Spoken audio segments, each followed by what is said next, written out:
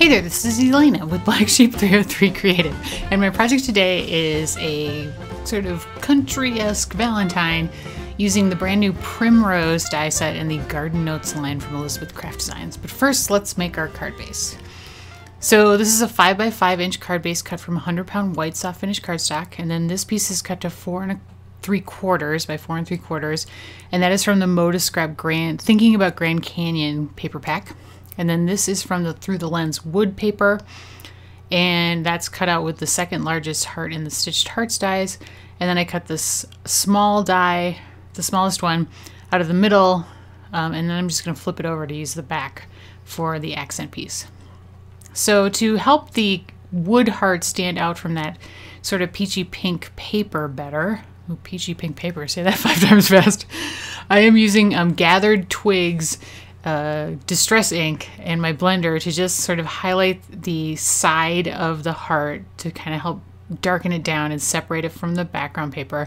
And I will do the same thing along the inside of that cutout to help that stand out as well. And it does make quite a bit of difference, as you'll see here in a second when I put it back against the paper. So it helps a lot. So to adhere everything together, I'm using 10mm double-sided adhesive tape, and I'm going to just stick this down to the front, leaving a white border all the way around. And then on the back of my heart, I'm going to use 10mm adhesive as well as a little bit of 3mm just right around that heart opening to get a good adhesion between it and the background paper. And so I'm going to place this into the center, just a little bit offset. Sort of to the, I guess, down on the left a little bit, not too much. And then I'm going to wait on that white heart until the end. And so that's the sort of base that we're working on. Now these are the sort of things you need for these 3D flowers. So I got the tools there. I've got this molding mat, which is black. That little white mat is called a leaf mat. And then these are the pieces from the die set. So the white pieces are the flower. So that's cut from 85-pound white soft finish cardstock. And I'm adding a little bit of coloring. So this is my CT1 marker from Spectrum Noir that I'm just coloring in the center of the leaves, the lower centers of the leaves, because this is a white primrose and they have yellow centers. And then I'm going to add a little bit of shading with my Copic marker in Y17, just like little lines. And that's kind of what white primroses have in their centers. So I looked at a photo, that always helps. All right, so now to mold these into like their 3D shape, I'm taking the small end of the loop tool and I'm just kind of scooping from the top to the inside of the petal. I hope that makes sense. So you can see I'm sort of pressing down from the outside to in towards the center. And now I'm going to take my tweezers and fold the petal in half, and while I'm squeezing it, I'm going to use my little leaf tool to bend the petals outward to give them some shaping. I know Susan Tierney Coburn, who's the designer, she just holds it and uses the tweezers to squeeze it, to shape it out. I'm not good with that tweezer, so I'm better with the leaf tool in doing this. So I think you can use what works for you, but you can see how, and then you take the small ball stylus and press in the middle, and that gives you this sort of shape where the two petals sort of come together, and as Susan describes it, as mini ears, so they stick up. So you want them to be sticking up when we create the flower. So again, I'm scooping sort of the centers of the petals down and towards the middle to shape them, and now I'm bending each petal in half and then shaping the petals out with the little leaf tool, like sort of bending it around the rounded shape there to get that rounded edge. And then once that is done on all three, I'll take the small ball stylus, which is on the opposite side of the leaf tool. And I got a little weird bend there, so I had to fix that. And so this is pretty forgiving though, like keep that in mind, like the paper is pretty strong, it doesn't really tear too easily, and so you have a little bit of working time. And so then we'll take the small ball stylus here and press it in, and so that creates like a 2 on the bottom, 1 on the top shape, and those are the two kind of shapes that you need to create the flower. And we will do that later on the card base. We'll glue them together in place. Now for my leaves, I cut them out of, let's see here, forest green soft finish cardstock, And I am taking some forest moss distress ink and going around the edges of the leaves to give them a little bit of shading. This is a very, very subtle effect, but it does make a really big difference. So once you see the leaves all done, it's very, very subtle, but it really, really helps to make them look fairly realistic. So I'm just, basically using my blending tool all around the outside edges to give it a little bit of shading. Now this is the leaf mat, and I've flipped the leaves over, and I'm going to use the back side of the leaf. This is the leaf tool, and I'm running it down from the top to the bottom of the leaves to create a stem line in the center. And now I'm going to fold along that little line that we just scored into that leaf, right side out. So we're folding down, and then I'm taking my Distress Oxide and Twisted Citron and a little bit of a sponge, and I'm just highlighting that stem line in the center. Because on primrose leaves, they do have a fairly prominent middle stem. They have very, very textured leaves, like extremely textured leaves. So these little touches add a lot. Now the pointy end is the bottom and the rounded end is the outside. So I'm taking my leaf tool and I'm going like sort of diagonally upward from the bottom to the top, very close together, just scoring lines into the front of the leaf. Now like 1/32 of an inch apart. You can sort of see there how close those lines are together. Because as I mentioned, these are very, very textured leaves. So adding all those lines makes a huge difference in sort of shaping and making the look of this leaf.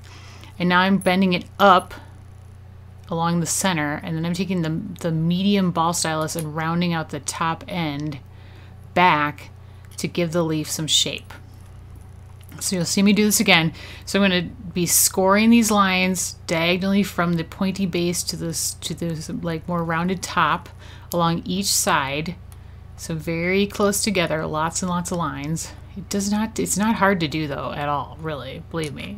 It looks more difficult than it is, and there you can sort of see, hopefully, what they look like. And then bend the leaf in half with the tweezers, and then grab the molding mat and the medium ball stylus and sort of mold the outer edge from the back, so that'll flip it sort of backwards. And there are the two completed leaves. All right, so now we're going to start building the flowers onto the card. So I've trimmed down the branch. This is the branch die a little bit to be more in proportion with my heart card. And I'm taking some Kids' Choice glue, which is the glue that is perfect for putting these flowers together. It's non-toxic, it dries clear, it dries matte, like you don't see it at all. You can't even tell that there's any glue on them after it's totally dry. So it's awesome. So I'm just going to adhere the branch down to the side of the heart, and I'm going to put my first flower together. So we're using the 2-petal one, the mini ears, and those are I got adhesive in the center, and then I'm going to press those so they're pointing up. And then for the 3-pronged one, it's the 2 petals down, 1 petal up. And we're going to adhere that with some glue on the back, sort of in between the 2 mini ears and just slightly below. And then take the ball stylus and kind of push them together to get the right shaping. And then you just leave it alone until it dries. Unless you decide you need to mess with something, which you will see me do on this one. So I'm going to, again, mini ears up, and then 1 petal up, 2 petals down, and then sort of press them together in place. You can be a little bit tricky. And on this one, I'm going to think I'm done, and I'm going to grab the, what is this, the stamen. Then I decide I just don't like the shape of it. So I kind of mess around with it a little bit, because the glue stays wet long enough where you can keep messing with it until I get a better shape. And so there you can see I got a better shape. Now the stamen is cut out of the forest green cardstock as well, and that is white on the back. So I need this to be green on the back. So I'm coloring it with my JG6 Spectrum Noir marker to kind of match the outside color. And then the little pointy pieces that stick off, I'm going to cut in half with the fine pointed scissors from Elizabeth Craft Designs to give it extra dimension and extra frilliness. And then I'm going to take some adhesive and put it just along that lower end. And then you see there's a little tab that hangs off there, and you just grab that with your tweezers and then roll it up.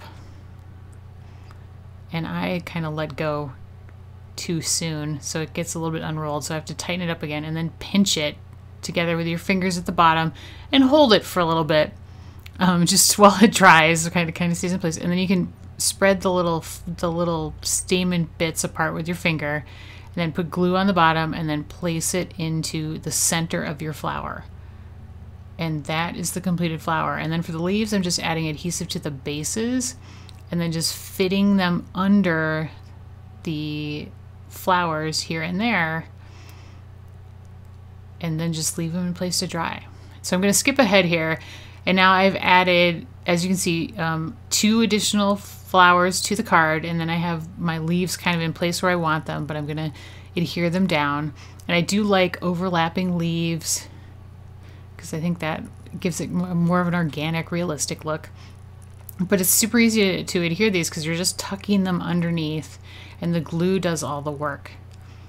And it's really, really easy and simple. And then that upper one, I'm going to trim down one of the large leaves and then kind of decide on placement. And here's my greeting that I stamped from the Love Sentiments clear stamp set in Gina K Designs Christmas Pine ink onto some 85-pound white soft finish cardstock to match the green in the leaves. And so my leaf up there, I'm going to decide goes towards the upper right, and I'm going to just add glue to the bottom, as you saw, and I'm going to adhere that in place. And now I decided I need some foam tape for my heart. Because the flowers have so much dimension, I thought the little heart should have some too. So I'm going to put foam tape on the back of this, and then adhere this down kind of opposite the little cutout. And then because I had such a kind of cute country rustic-y look going, I decided to grab my stapler to staple the sentiment on. So I'm just stapling that in place. And that is basically the completed project. And you can see how dimensional it is, and I think pretty realistic. Like, the great thing about the Susan's Garden and the Garden Notes dies is that they really create super realistic looking flowers, and it's easy. Like, believe it or not, it's really, really simple, and it takes a lot less time than you might think. So hopefully I've inspired you today to try those out if you haven't, because they are really, really fun. Thanks so much for watching. Supplies are linked in the video description and over on my blog. If you like the video, please give me a thumbs up and leave me a comment because I'd like to hear from you. Here are 2 more projects I have done in the past using other Susan's Garden 3-dimensional flower dies. You can check those out. And I hope you have an amazing day. Thanks!